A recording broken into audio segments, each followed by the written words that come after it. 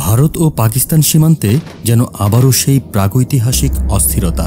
দুই দেশই গড়ে তুলছে বিশাল সেনা সমাবেশ, যা এক আসন্ন সামরিক সংঘাতের দিকেই ইঙ্গিত দিচ্ছে। কিন্তু পরিস্থিতি কিভাবে এই পর্যায়ে পৌঁছালো, এর উত্তর খুঁজতে হলে আমাদের ফিরে যেতে হবে সেই মর্মান্তিক দিনে 2025 সালের 22শে এপ্রিল, যখন পেহেলগাম সন্ত্রাসী হামলায় প্রাণ হারিয়েছিলেন 26 জন নিরীহ মানুষ। হামলার পর জঙ্গিরা আবারও গভীর জঙ্গলে পালিয়ে যেতে সক্ষম হয়। কিভাবে ঘটল এই ঘটনা, এর একটি বিস্তারিত টাইমলাইনও রয়েছে আমাদের কাছে। ভারতীয় সেনাবাহিনীর মতে এটি ছিল একটি যুদ্ধকালীন পরিস্থিতি সৃষ্টির অপচেষ্টা। এই ভিডিওতে আমরা কোনো পক্ষপাতিত্ব না নিয়ে ভারত ও পাকিস্তান উভয় দেশের সামরিক কৌশলগুলো বিশ্লেষণ করব। তো চলুন শুরু করা যাক।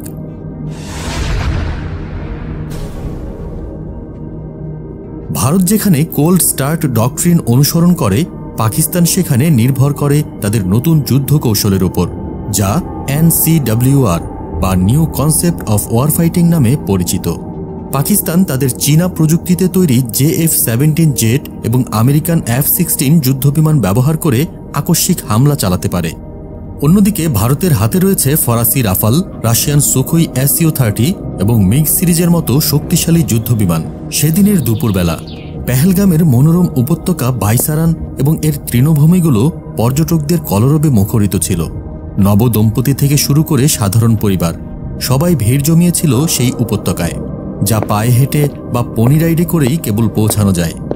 এই এলাকাটি, যা মিনি সুইজারল্যান্ড নামেও পরিচিত, তার নয়নাভিরাম প্রাকৃতিক দৃশ্য উপভোগ করতে আসা মানুষে পরিপূর্ণ ছিল। কিন্তু প্রতিবেদন অনুযায়ী এই জনপ্রিয় পর্যটন কেন্দ্রে নিরাপত্তা বাহিনীর উপস্থিতি ছিল উদ্বেগজনকভাবে কম। পেহেলগাম হামলার জন্য দায়ী সন্ত্রাসীরা অনন্তনাগ জেলার কোকেরনাগ অঞ্চলের গভীর জঙ্গল দিয়ে কয়েক ঘণ্টা ধরে ট্রেকিং করে বাইসারান তৃণভূমি অঞ্চলে অনুপ্রবেশ করে। ভারতের দাবি অনুযায়ী পাকিস্তানের মদতপুষ্ট বীজবেহারার বাসিন্দা আদিল আহমেদ ঠোকার এই দলটিকে নেতৃত্ব দেওয়ার ক্ষেত্রে প্রধান ভূমিকা পালন করেছিল। ঠোকার এবং তার সহযোগীরা 2024 সালের অক্টোবর মাসে নিয়ন্ত্রণ রেখার দুর্গম প্রাগপার সেক্টর দিয়ে পাকিস্তান অধিকৃত কাশ্মীর থেকে ভারতে প্রবেশ করে। এই সেক্টরটি তার কঠিন ভূখণ্ডের জন্য পরিচিত এবং ঐতিহাসিকভাবে অবৈধ অনুপ্রবেশের জন্য জঙ্গিরা এটি ব্যবহার করে আসছে। অনুপ্রবেশের পর দলটি জম্মু ও কাশ্মীরের জঙ্গল ও পাহাড়ি পথ ধরে গোপনে নিজেদের যাত্রা অব্যাহত রাখে। তারা অত্যন্ত সতর্কতার সাথে পরিচিত পথ এড়িয়ে দুর্গম পাহাড়ি অঞ্চলে লুকিয়ে থেকে নিরাপত্তা বাহিনীর নজর এড়াতে সক্ষম হয় এবং অবশেষে অনন্তনাগ হয়ে পেহেলগামে পৌঁছায়। আক্রমণকারীরা প্রিয় পর্যটন কেন্দ্র বাইসারান তৃণভূমির কাছের ঘন পাইনবন থেকে বেরিয়ে আসে এবং সেখানে জড়ো হওয়া ডেসপ্রেভিনিডো বা একেবারেই অসতর্ক পর্যটকদের ওপর নির্বিচারে গুলি চালাতে শুরু করে। আসুন সেই ভয়াবহ হামলার বিস্তারিত সময়রেখা এবং বিভীষিকা কিভাবে ঘটেছিল তা একবার দেখে নেই। দুপুর 2:25 বেঁচে ফেরা ব্যক্তিরা জানিয়েছেন, যখন পর্যটকরা পিকনিক করছিলেন বা এলাকা ছাড়ার প্রস্তুতি নিচ্ছিলেন, তখনই প্রথম গুলির শব্দ শোনা যায়। এরপর নেমে আসে এক সংক্ষিপ্ত ভয়ঙ্কর নীরবতা, যা উপস্থিত পর্যটকদের মধ্যে বিভ্রান্তি ও আতঙ্ক সৃষ্টি করে। দুপুর 2:45 নাগাদ ছদ্মবেশী পোশাক পরা সশস্ত্র জঙ্গিরা কাছের বন থেকে বেরিয়ে আসে এবং জনতার ওপর এলোপাথারি গুলি চালাতে শুরু করে। প্রত্যক্ষদর্শীরা বর্ণনা করেছেন যে আক্রমণকারীরা কখনো কখনো পুরুষদের চিহ্নিত করে তাদের মুসলিম কিনা জিজ্ঞাসা করে গুলি চালানোর সিদ্ধান্ত নিচ্ছিল। বহু পর্যটক জীবন বাঁচাতে বেড়ার আড়ালে লুকিয়ে কর্দমাক্ত ঢাল বেয়ে নেমে অথবা গুলি থেকে বাঁচতে গর্তে ঝাঁপিয়ে পড়ে আশ্রয়ের জন্য দিকবিদিক ছোটাছুটি করছিলেন। প্রায় 30 মিনিট ধরে এই অবিরাম গুলিবর্ষণ চলতে থাকে। বিকেল 3টা নাগাদ আক্রমণকারীরা কয়েকটি বেরোনোর পথের কাছে পালানোর চেষ্টায় থাকা পর্যটকদের লক্ষ্য করে গুলি চালায়। এই নৃশংস হামলায় মধুচন্দ্রিমায় আসা একজন নৌবাহিনীর কর্মকর্তা এবং একজন প্রাক্তন ব্যাংক কর্মকর্তা সহ কমপক্ষে 26 জন নিরীহ মানুষ প্রাণ হারান। বিকেল 3:40 নাগাদ আকাশে দেখা মেলে ভারতীয় সেনাবাহিনীর হেলিকপ্টারের, যা বৃহৎ পরিসরে উদ্ধার অভিযান শুরুর ইঙ্গিত দেয়।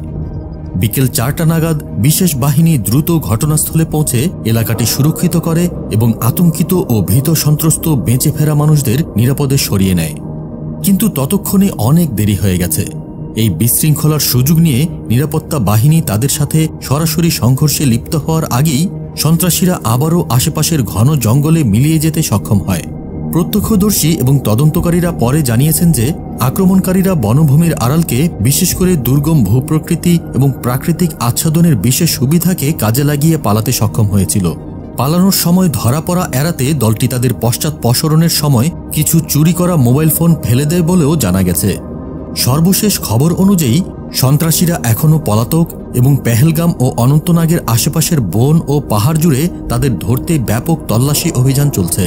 এই পরিস্থিতিতে মনে হচ্ছে পাকিস্তানি হয়তো প্রথমে আক্রমণ শুরু করতে পারে এবং ভারতও সেক্ষেত্রে কোনো দ্বিধা ছাড়াই তার সমুচিত জবাব দেবে। আপাতত উভয় পক্ষই অকল্পনীয় পারমাণবিক অস্ত্রের ব্যবহার এড়াতে দৃঢ় প্রতিজ্ঞ বলে মনে হলেও তারা পূর্ণমাত্রার প্রচলিত যুদ্ধ থেকে পিছু হটতেও রাজি নয়। পাকিস্তান এটা জেনে যে তাদের সামরিক শক্তি এবং অর্থনীতি ভারতের তুলনায় দুর্বল বুঝতে পেরেছিল যে সময় তাদের পক্ষে নেই।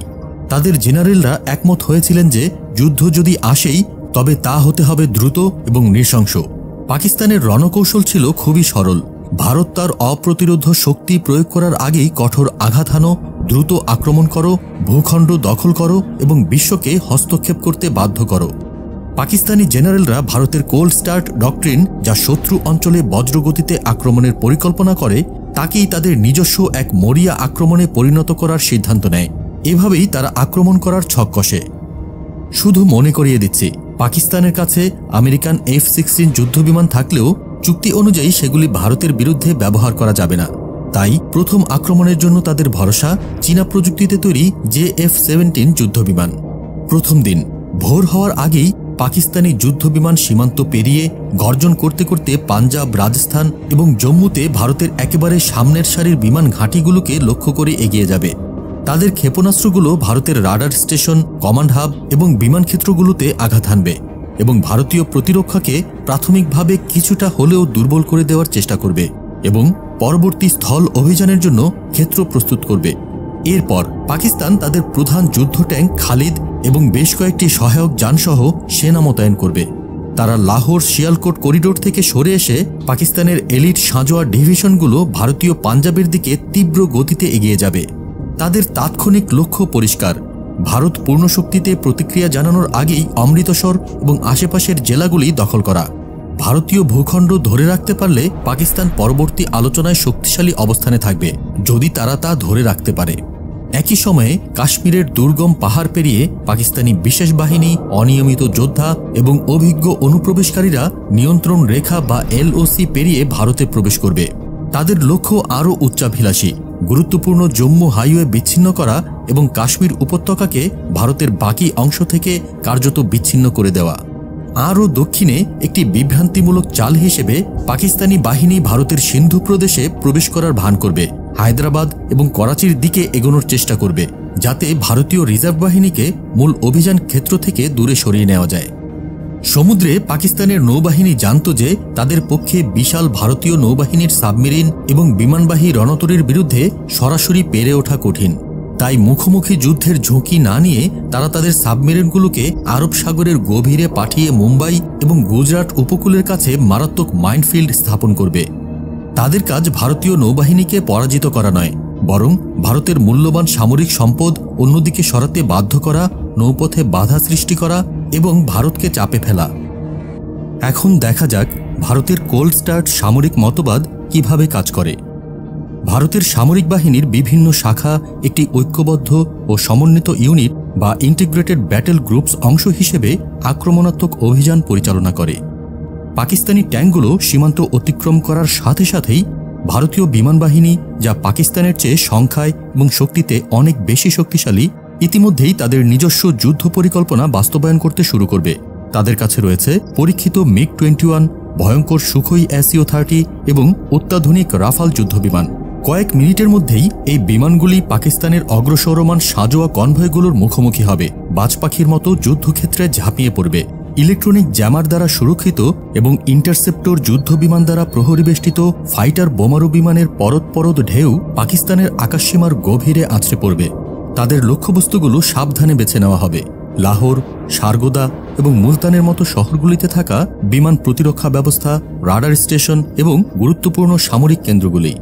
এই অভিযানের লক্ষ্য হবে অত্যন্ত নির্মমভাবে পাকিস্তানের সেনাবাহিনীর কমান্ড এবং নিয়ন্ত্রণ ক্ষমতাকে পঙ্গু করে দেওয়া তাদের প্রতিরক্ষা ব্যবস্থা ধ্বংস করা এবং ভারতের অগ্রসরমান সামরিক শক্তির ভীষণ ক্রোধের সামনে তাদের সেনাবাহিনীকে উন্মুক্ত করে দেওয়া।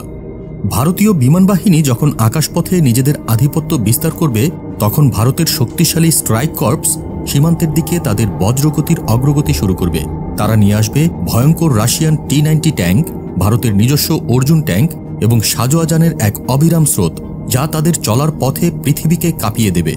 তাদের ট্যাঙ্ক এবং যান্ত্রিক পদাতিক বাহিনী ঠান্ডা মাথায় ভীষণ দৃঢ়তার সাথে পাকিস্তানি প্রতিরক্ষা ব্যবস্থা ভেঙে ফেলবে।